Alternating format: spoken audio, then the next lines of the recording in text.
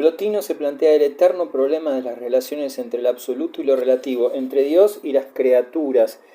¿En qué pueden comunicarse y cómo la realidad contingente, que hoy existe y mañana no, que es repetible, variada e inquieta a causa de sus carencias, y el absoluto que aquella realidad contingente postula, a saber, lo que permanece intacto, lo que no puede no ser único, lo que por incluir todo lo que en la creación está disperso, nada necesita, es perfecto?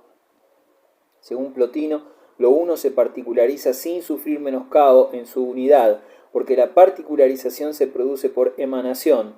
De lo uno emana necesariamente el mundo inteligible, nous, de éste el alma universal, y de ésta las almas particulares que dan forma y mueven a los cuerpos. El sentido de la vida y de todo lo particular es volver al seno de lo uno. El camino de retorno se sigue de dos formas: los entes sin inteligencia a través de la evolución y los hombres a través de la contemplación de lo uno, o sea, el nirvana.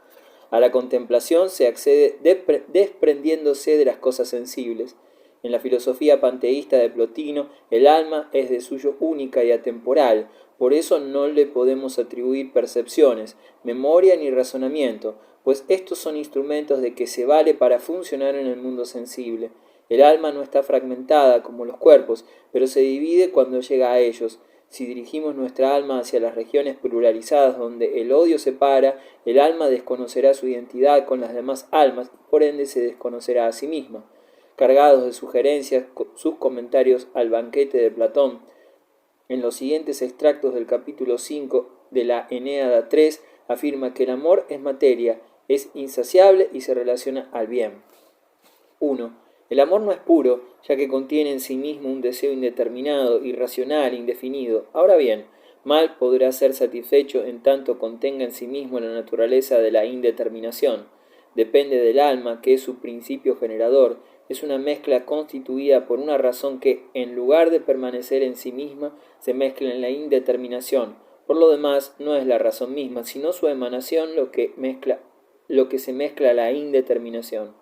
El amor es, pues, semejante a un tábano, indigente por su naturaleza, sigue siendo siempre indigente, consiga lo que consiga, no podría hartarse porque es un ser mixto, mal puede ahitarse, porque ningún ser puede verse realmente saciado si no es por su naturaleza capaz de alcanzar plenitud.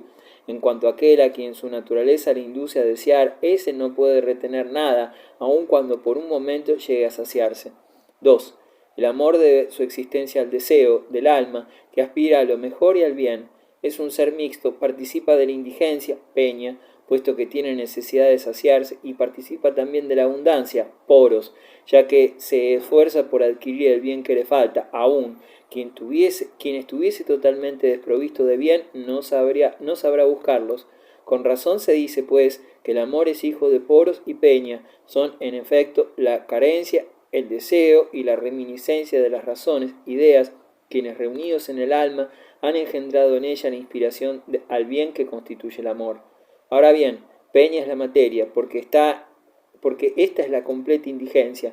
La misma indeterminación que caracteriza el deseo del bien hace que desempeñe el papel de materia el ser que desea el bien. Además, tiene que ser materia porque no puede ser forma, porque un ser en cuanto permanece en sí es una forma, pero considerado en tanto que desea no podría tener forma ni razón. Así pues, desde el punto en que desea recibir una nueva perfección, es materia con relación al ser de que espera recibir esa perfección. La amenaza de los bárbaros del norte. Hacia el año 250 ya no fue posible a los romanos defender sus fronteras contra los bárbaros. La lucha se entabló en el mismo suelo de Italia. Los enemigos más temibles eran entonces los godos, pueblo germánico que contrajo la desagradable costumbre de exigir un tributo anual al emperador. Cada vez que retrasaba el pago, cruzaban el Danubio y pillaban hasta que se les daba satisfacción. Incluso algunas legiones romanas de guarnición en el Danubio pidieron que las tribus godas las ayudasen contra el emperador. En tiempos del emperador Galieno, 260-269, los godos y otros pueblos germánicos penetraron profundamente a través de Grecia, a veces sembrando por doquier desolación y ruina, a veces en son de masivas migraciones, franqueando el Danubio para establecerse en territorios propiamente romanos. Más de 300.000 hombres atravesaron el río con mujeres, niños, enseres y animales.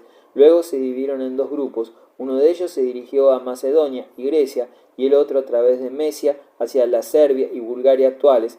No se trataba precisamente de una expedición de latrocinio, sino más bien de una invasión pacífica, pero el sucesor de Galieno, Claudio II, un capitán muy distinto de su homónimo de 200 años antes, infligió a los invasores una aplastante derrota en Naissus, la actual Niš en Yugoslavia, una de las batallas más sangrientas que entablaron los romanos.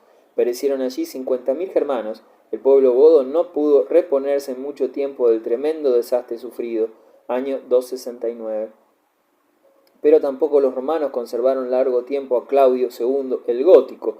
Un año después de su gran victoria fue arrebatado por la peste, plaga que solía seguir siempre a cada invasión de los bárbaros.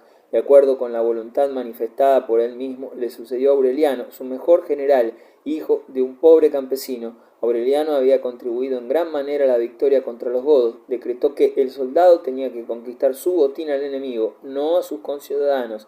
Defendió con la mayor energía las fronteras del imperio, forzó a abdicar a uno de sus adversarios que se había proclamado emperador en las Galias y devolvió el dominio de Roma a las provincias occidentales. En Oriente, la ambiciosa, bellísima e inteligente reina Zenobia había creado un reino propio con centro en la ciudad de Palmira, cita en el desierto, entre Damasco y el Éufrates. Su esposo, el príncipe árabe Odenato, había expulsado a los persas de Siria, Armenia y Mesopotamia en tiempos del emperador Galieno. En agradecimiento, los romanos le habían confiado el gobierno de las provincias orientales. Al ser asesinado en 267 por uno de sus parientes, su joven esposa tomó las riendas del Estado en nombre de su hijo. Pese a la ventajosa posición que ocupara, Odenato habíase mostrado siempre leal al emperador, pero Zenobia, nueva Cleopatra, soñaba con dominar todo Oriente. Sus tropas ocuparon Egipto y la zona oriental de Asia Menor y exigió para su hijo la corona del Imperio Romano. En 272 Aureliano se movilizó contra ella. Zenobia, armada de pies a cabeza, condujo por sí misma a sus soldados contra las legiones romanas. La sangrienta derrota que experimentó en Siria acabó con sus planes ambiciosos. Palmira rindióse tras un asedio de corta duración y la orgullosa reina fue conducida encadenada a Roma. Aureliano tuvo al principio intención de perdonar a la ciudad de Palmira, sin embargo la mandó a arrasar cuando sus habitantes intentaron rebelarse. Hoy solo queda un miserable villorrio en el lugar donde antes se irguiera la poderosa Palmira. Las ruinas de la ciudad son las más bellas que se han conservado de la época romana y atraen a muchos turistas que visitan el cercano Oriente. Las continuas luchas de Aureliano con los pueblos germánicos lo inclinaron a un compromiso. Dio satisfacción a los godos que necesitaban nuevas tierras fértiles para su pueblo, que crecía sin cesar, y les permitió en el año 275 establecerse en la provincia de Dacia. Los romanos no sacrificaban con gusto los territorios conquistados por Trajano, ni la fuerte muralla que las montañas de Transilvania ofrecían, pero los obligaba a ellos la necesidad. La recia personalidad de Aureliano despertó por supuesto la admiración de sus súbditos, pero había oficiales que no soportaban la severa disciplina impuesta al ejército. Cierto día el emperador reprendió a un secretario por negligencia. Como el secretario conocía a su dueño, empezó a temer lo peor. Falsificó la escritura del emperador en una lista en la que figuraba su propio nombre y el de algunos oficiales de categoría.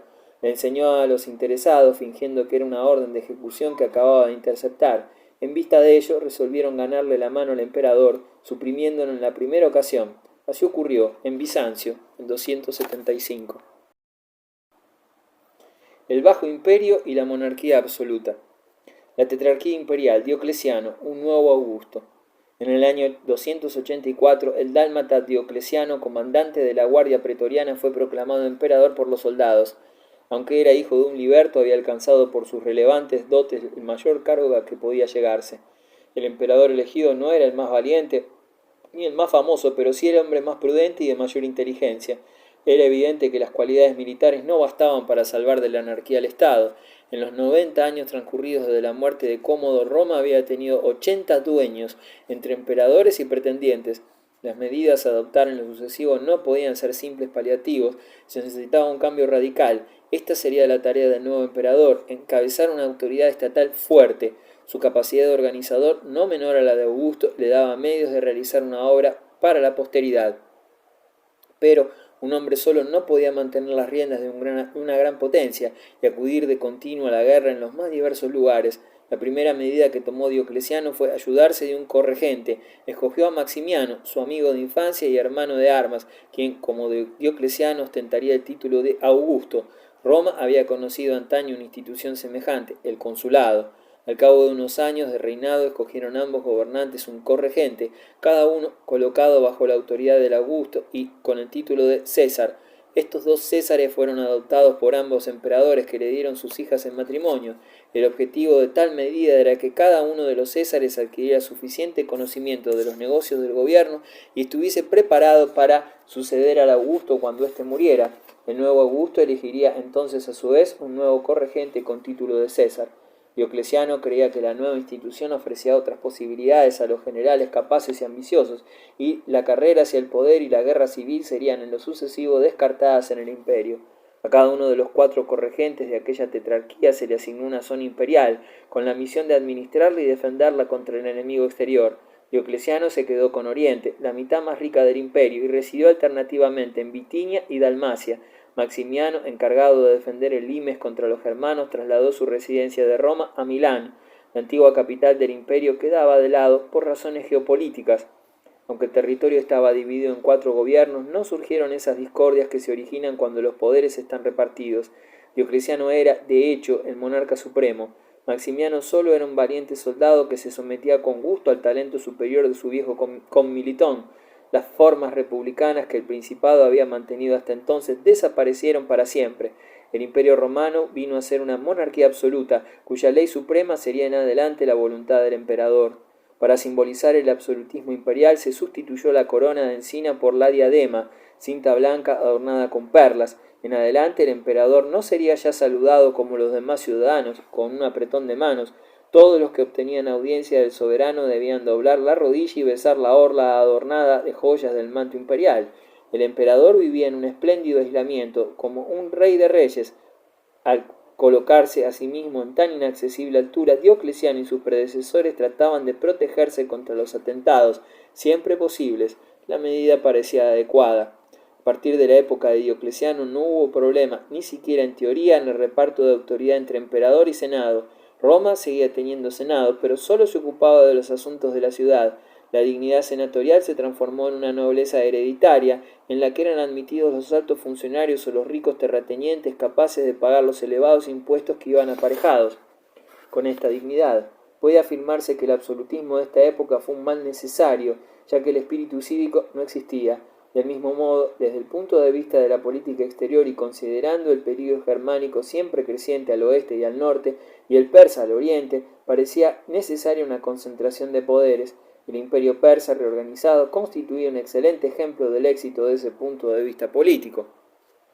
Si se pretendía que el poder absoluto fuese útil al imperio, era preciso ejercerlo con constancia y continuidad, y no de manera arbitraria, ya en un punto, ya en otro del imperio. Así era indispensable que la autoridad suprema dispusiese de una sólida administración cuyos hilos manejara el emperador. Las antiguas dignidades de los romanos habían sido siempre cargos de confianza por tiempo limitado, cuyos titulares, terminados sus mandatos, eran recompensados con proconsulados u otras elevadas funciones fuera de Roma.